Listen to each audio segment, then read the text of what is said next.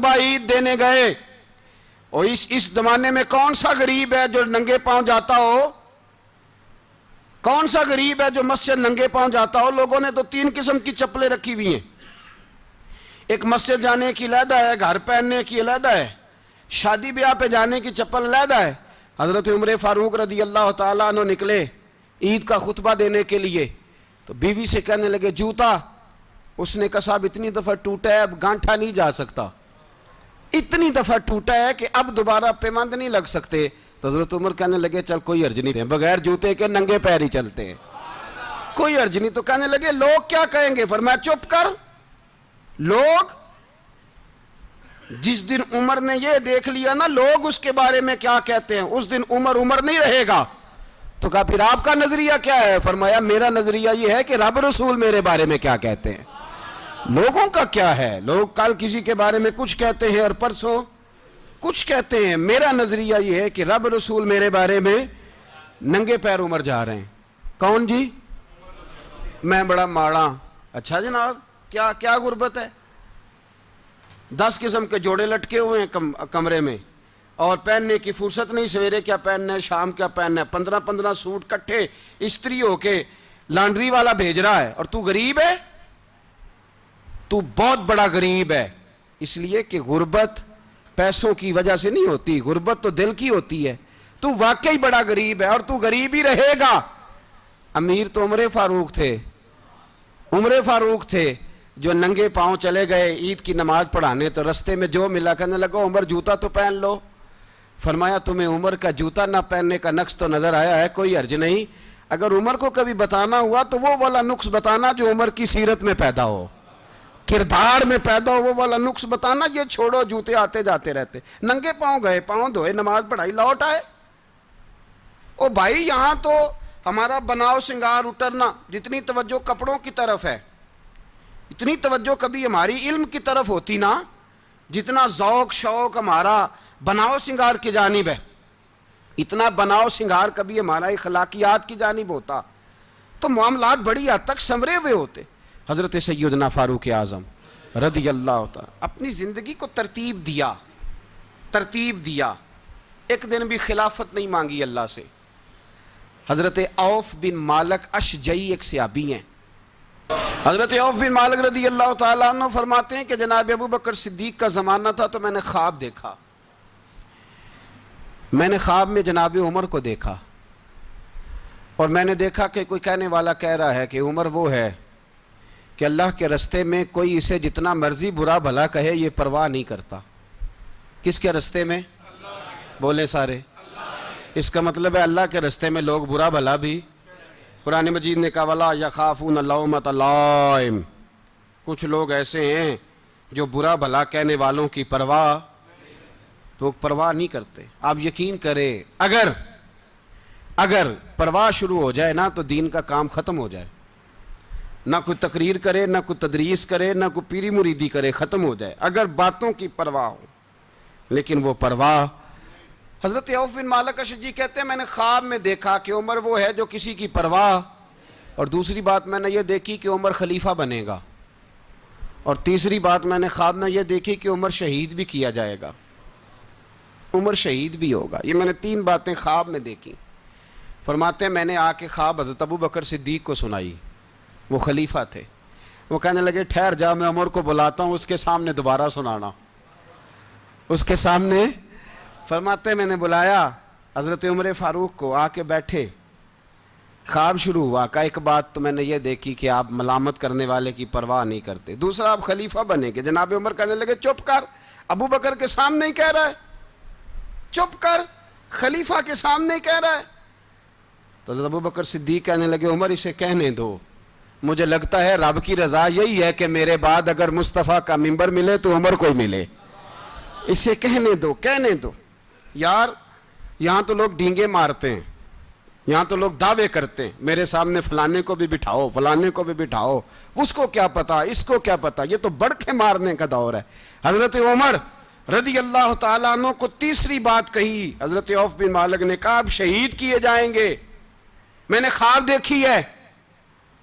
نیک لوگوں کے خواب بڑی حد تک سچے ہوتے ہیں، کہا میں نے خواب دیکھی ہے. تو حضرت عمر کہنے لگے شہید تو دلیر لوگ ہوتے ہیں, شہید تو دلیر, جسے سارا زمانہ دلیر کہہ رہا ہے وہ اپنے بارے میں کیا کہہ رہے ہیں, کہتے ہیں شہید تو دلیر. میں تو کاہل سا آدمی ہوں, سست آدمی ہوں, میں تو اتنا کام ہی نہیں کرتا, تو یہ خواب تو نے جو دیکھا ہے نا پھر سے دیکھنا.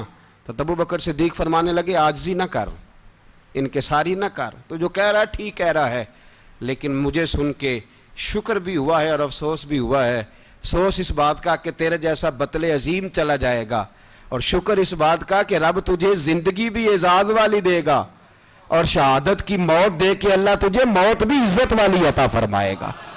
اللہ موت بھی تجھے عزت والی دے گا, تجھے کاہلوں جیسی موت اللہ. حضرت فاروق اعظم رضی اللہ, او بھائی یہاں تو اس زمانے کا سب سے بڑا مسئلہ پروٹوکول ہے. لوگوں کو پتہ ہوتا ہے کامل پیر ہے, کامل مرشد ہے, لوگ نہیں جاتے. میں کسی کا مرید ہو جاؤں, میرا پروٹوکول کدھر گیا؟ پتہ ہوتا ہے یہ کامل استاد ہے, میں اس کے پاس بیٹھوں گا تو میری تربیت کرے گا, لیکن لوگ شاگرد نہیں بنتے. میں کدھر گئی؟ یہ جو پروٹوکول کی مصیبت ہے نا, اس نے بڑے بڑے لوگ زیرو کر دیے, بڑے بڑے لوگ. اور یہ مت سمجھے کہ آپ کا وزیر اعظم پروٹوکول لیتا ہے یا آپ کا صدر پروٹوکول, وزراء, ایسی کوئی بات نہیں. ہم چھوٹے طبقے سے لے کر بڑے سارے پروٹوکول کے قائل ہیں. ہمارا تو داماد بھی کہتا ہے کہ مجھے پوچھا نہیں, میں تمہارے گھر کیوں آؤں. ہمارا تو بھائی ہر شخص اعلان کرتا ہے پروٹوکول کا, فلانے نے عزت نہیں دی تو واپس آ جاؤ, فلانے نے سلوٹ نہیں کیا تو واپس آ جاؤ. لوگ جہاں سلوٹ کرنا چاہیے وہاں بھی سلوٹ کرانے کے قائل ہیں. پر حضرت عمر رضی اللہ تعالی, حضرت عمر کی سادگی اور پھر جناب عمر کی عاجزی, جب انسان اپنے اوپر سوار کر لیتا ہے نا, سوار کر لیتا ہے, میں بدکار پرانا خادم, کسے در ملی نٹ ہوئی, تے واصف یار نے نظر جو کیتی تے واصف ہی ہو. میں اکثر سوچتا ہوں حضور نے جہاں بھی کہا نا, فرمایا میرے بعد نبی ہوتے تو خطاب کے بیٹے عمر ہوتے. حضور نے فرمایا عمر جس رستے سے جاتا ہے شیطان وہ رستہ بدل جاتا ہے. نبی پاک صلی اللہ علیہ وسلم نے فرمایا میرا عمر وہ ہے کہ اس کی زبان پر حق جاری ہے. حضور علیہ السلام نے فرمایا 950 سال حضرت جبریل میرے عمر کی شان بیان کریں تو ان کی عظمت ختم نہیں ہوتی. 950 سال جبریل عظمت بیان کرے تو ختم نہیں ہوتی. یہ بات ہے حضرت عمر کی. اور فرمایا عمر ابو بکر کی نیکیوں میں سے ایک نیکی ہے, یہ شان ہے اب عمر فاروق رضی اللہ تعالیٰ عنہ کی. حضور نے فرمایا میرے بعد نبی ہوتے تو عمر ہوتے, جس گلی سے عمر آئے شیطان رستہ بدل جائے. میرے عمر فاروق کی شان 950 سال بیان ہو تو ختم نہ ہو. عمر کی زبان پر اللہ حق بیان کرتا ہے, جو عمر کہتا ہے وہی رب کر دیتا ہے. حضور ساری زندگی فضیلتیں بیان کرتے رہے, عمر جواب میں کیا کہتے ہیں؟ کوئی بتائے نا کہ یہ والی حدیثیں کبھی عمر نے بھی روایت کی ہوں کہ حضور نے میرے بارے میں یہ کہا ہے. یہ روایتیں وہ روایت نہیں کرتے. ان سے جب لوگ کہتے عمر تیری بڑی بات ہے تو عمر رو پڑتے, کہتے میں تو اونٹ چرانے والے باپ کا بیٹا ہوں, میں تو اونٹ چرانے والے باپ کا بیٹا, اونٹ چرا. اس سے آگے عمر گئے ہی نہیں ساری زندگی, اس سے آگے لفظ ہی نہیں ادا کی. اور میں تو بھائی اونٹ چرانے والا, میرا باپ تو اونٹ چرایا کرتا تھا, 10 اونٹ تھے, میری ڈیوٹی ہوتی تھی, سنبھالے نہیں جاتے تھے, ابا ڈنڈوں سے مارتا تھا. ساری زندگی عمر حج کرنے گئے, ایک خشک تنا کھجور کا عمر فاروق رضی اللہ تعالیٰ عنہ نے اس کو اپنے کلاوے میں لیا, رونے لگے. لوگوں نے کہا عمر کیا ہوا؟ فرمانے لگے یہاں میں اونٹ چرایا کرتا تھا, یہاں میں اونٹ چراتا تھا, 10 اونٹ سنبھالے نہیں جاتے تھے. دیکھو رسول اللہ کی شان, آج ساری امت چلانے کا طریقہ عطا فرما دیا ہے. ساری نظریے سے پیار. یار پیسہ کس کو برا لگتا ہے؟